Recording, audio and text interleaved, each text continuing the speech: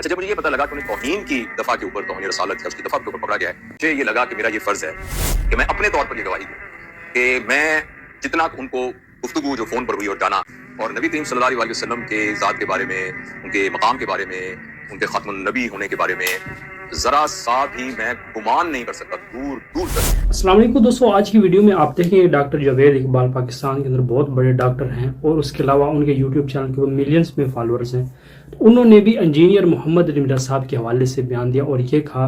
कि जो लोग ये कहते हैं कि इंजीनियर ने गुस्सा की, तो मैं ये बिल्कुल नहीं मानता, क्योंकि एक बंदा जो अपनी सीट पे बैठने से पहले ये नारा लगाता है कि मेरे नबी सा है ही कोई, तो वो गुस्ताख़ रसूल कैसे हो सकता है, वो तौहीन का मुर्तकिब कैसे हो सकता है। तो दोस्तों इस तरह से जिस तरह से उलमाए कराम जो है इंजीनियर साहब के हक में फतवे दे रहे हैं, देवबंदी उलमा, और इसके साथ साथ रिसेंटली आपने देखा होगा हाफिज उमर सदीक साहब जो हैं, उन्होंने भी इंजीनियर साहब के हवाले से ये कहा कि इंजीनियर ने गुस्ताखी नहीं की और मैं इंजीनियर को गुस्ताख नहीं कहता। तो देखिए दोस्तों, इंजीनियर ने गुस्ताखी नहीं की, इसी वजह से लोग ये कह रहे हैं कि गुस्ताखी नहीं की। अब कुछ लोग जो हैं वो कमेंट करते हैं कि नहीं दूसरे उलमा जो हैं जिन्होंने इंजीनियर साहब के ऊपर फतवे लगाए गुस्ताखी के, तो वो क्या उलमाए कराम नहीं है? तो दोस्तों बिल्कुल वो उलमाए कराम हैं। तो उनको कौन कहता है कि वो उलमा नहीं? वो उलमा हैं, लेकिन सिर्फ और सिर्फ वो क्या हैं, वो लकीर के फ़कीर हैं। उन्होंने अपने मसलक के उलमा को, अपने मसलक के बड़े जो मकातब फ़िक्र के जो उलमा हैं उनको लेके चलना होता है, अपने मसलक को बचाना होता है, अपने फ़िरके को बचाना होता है। इसी वजह से वो इंजीनियर मोहम्मद अली साहब के खिलाफ फतवे देते हैं। तो आपने देख लिया होगा इस्लामी नज़रियाती कौंसिल ने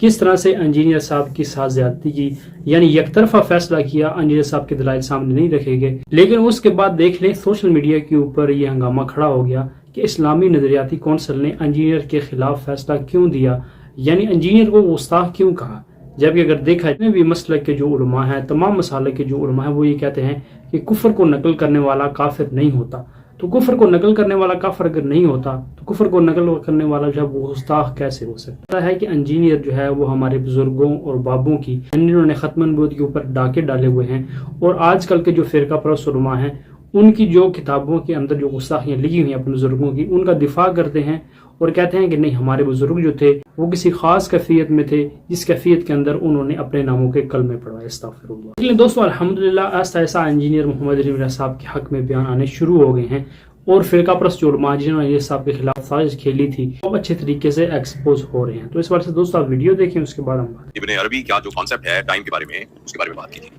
तो उसमें मैंने ये बताया था कि उसमें टाइम का जो है वो लीनियर कॉन्सेप्ट नहीं है, और उसमें उन्होंने ये भी बात कही थी कि जो कुछ एक्चुअली हो रहा है वो हो चुका है, और जो हो चुका है वो भी हो रहा है, और जो भी होने वाला है वो भी एक्चुअली हो चुका है। तो हर चीज़ ऑलरेडी ऐसे हुई है। तो मुझे बड़ी खुशी हुई कि हमारे जो मुहतरम हैं इंजीनियर मोहम्मद अली मिर्ज़ा साहब, तो उनके साथ मेरी बात हुई, उनकी कॉल आई, तो उन्होंने कहा कि मैं इस बारे में अपनी राय देना चाहता हूँ। तो उनके अल्फाज में बात की, मैंने सोचा कि मैं इसकी क्लैरिफिकेशन के अंदर ये बात बताऊं, क्योंकि बहुत सारे लोगों ने उस पर इतराज़ भी किया। बस कुछ लगा ये गैर इस्लामी कॉन्सेप्ट है, किसी ने कहा कुछ और कॉन्सेप्ट है। देखिए, वैसे तो वक्त के बारे में जो जैसे हम कहते हैं ना मकान और ज़मान, उसके बारे में बहुत सारी आरा है। जैसे मैंने उस वीडियो में बताया था कि एक मजहब एक राय देता है, साइंस एक राय देती है, फिलॉसफी एक अलग राय देती है, एक शायराना जो है ताली उसके अलग से है उसके लिए। अच्छा, लेकिन यह है कि उसके बारे में हतमी एक्चुअली नहीं पता, और जो हमें अल्लाह ताला ने बताया है कुरान के जरिए, तो उसके मुताबिक जो ये कॉन्सेप्ट ज़हन में आता है ना कि हर चीज़ हो चुकी है,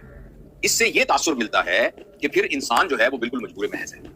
और इंसान अगर मजबूर महज है तो इसका मतलब ये है कि फिर उससे सवाल किस बात का किया जाएगा। जैसे वो एक शेर आपने सुना होगा ना कि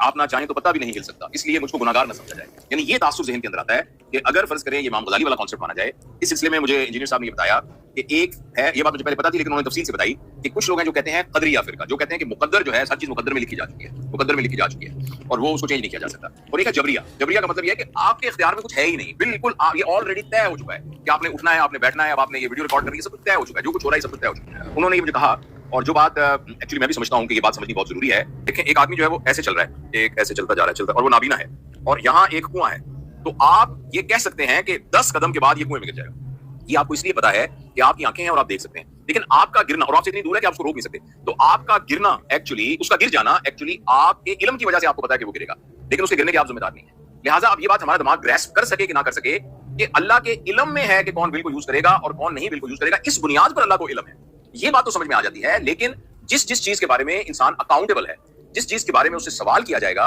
ये प्लीज आप याद रखिए कि उस चीज में इंसान को इख्तियार है। लिहाजा मेरी उस गुफ्तगू से ये तासुर अगर मिलता है कि इंसान बिल्कुल मजबूर महज है, तो फिर तो वो किसी चीज का जिम्मेदार ही नहीं है। अलबत्ता कुछ चीजें ऐसी हैं कि जिसके अंदर इंसान अकाउंटेबल नहीं है। मसलन उसका कद लंबा था या छोटा था,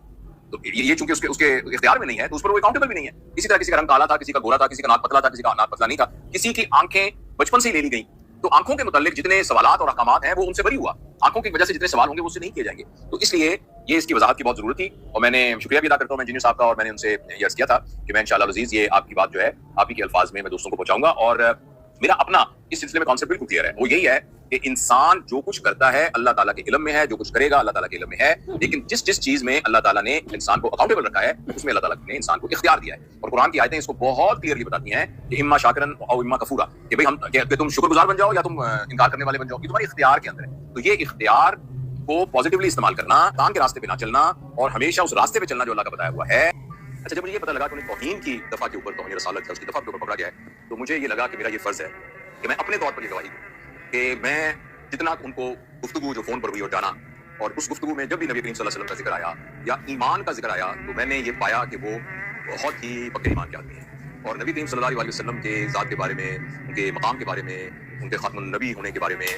ذرا سا بھی میں گمان نہیں کر سکتا دور دور تک کہ اس قسم کا کوئی وہ انٹینشنلی یا ایون ان انٹینشنلی ان کے منہ سے بات نکل سکتی ہے. لیکن میں جتنا کہ میں ان کو جانتا ہوں اس کے حساب سے میرا فرض بنتا ہے کہ میں اس بات کی گواہی دوں کہ وہ کچھ اور ہو سکتے ہیں, وہ کبھی بھی نہ نبی کریم صلی اللہ علیہ وسلم کی شان میں کوئی گستاخی کر سکتے ہیں, اور سوچ بھی نہیں سکتے نبی کریم صلی اللہ علیہ وسلم کی اتنی عزت تو خیر کیا چھوٹا لفظ ہے, نبی کریم صلی اللہ علیہ وسلم کا جو مقام ہے تو وہ کبھی بھی گستاخی نہیں کر سکتے. اور میں ان کی دعا بھی کرتا ہوں اور اللہ تعالیٰ ہم سب کو حفاظت میں رکھے اور ہماری دنیا اور آخرت کی حفاظت میں رکھے. جاوید اقبال صاحب جو ہے وہ بھی اگر ان کو کوئی مسئلہ پیش آتا ہے تو یہ انجینئر صاحب سے ڈسکس کرتے تھے, انجینئر صاحب سے پوچھتے تھے, رائے لیتے تھے. تو اس بات میں دوستوں کوئی حرج نہیں کہ آپ اپنی فیلڈ جو ہے اس کو سامنے رکھیں, اس کو لے کے چلیں. لیکن یہاں پر ایک اور بات کلیئر کر دوں, جس طرح جاوید اقبال صاحب نے میسج دیا ہے کہ وَلَا تَلْبِسُوا الْحَقَّ بِالْبَاطِلِ وَتَكْتُمُوا الْحَقَّ وَأَنْتُمْ تَعْلَمُونَ, حق کو باطل کے ساتھ نہ ملاؤ, یعنی غلط ملت نہ کرو, اور بے شک تم جانتے ہو اس بات کو کہ حق حق ہے اور باطل باطل ہے. یعنی کوئی بھی کام ہمارے سامنے غلط ہو رہا ہے, جس طرح انجینئر صاحب کے اوپر جو ہے وہ 295C جو ہے وہ ایسے ہی لگ گئی, یعنی گستاخی بھی نہیں کی, تو یہ صرف اور صرف ظلم ہے, یہ زیادتی ہے. تو اس کے خلاف ہمیں آواز اٹھانی ہوگی, بولنا ہوگا,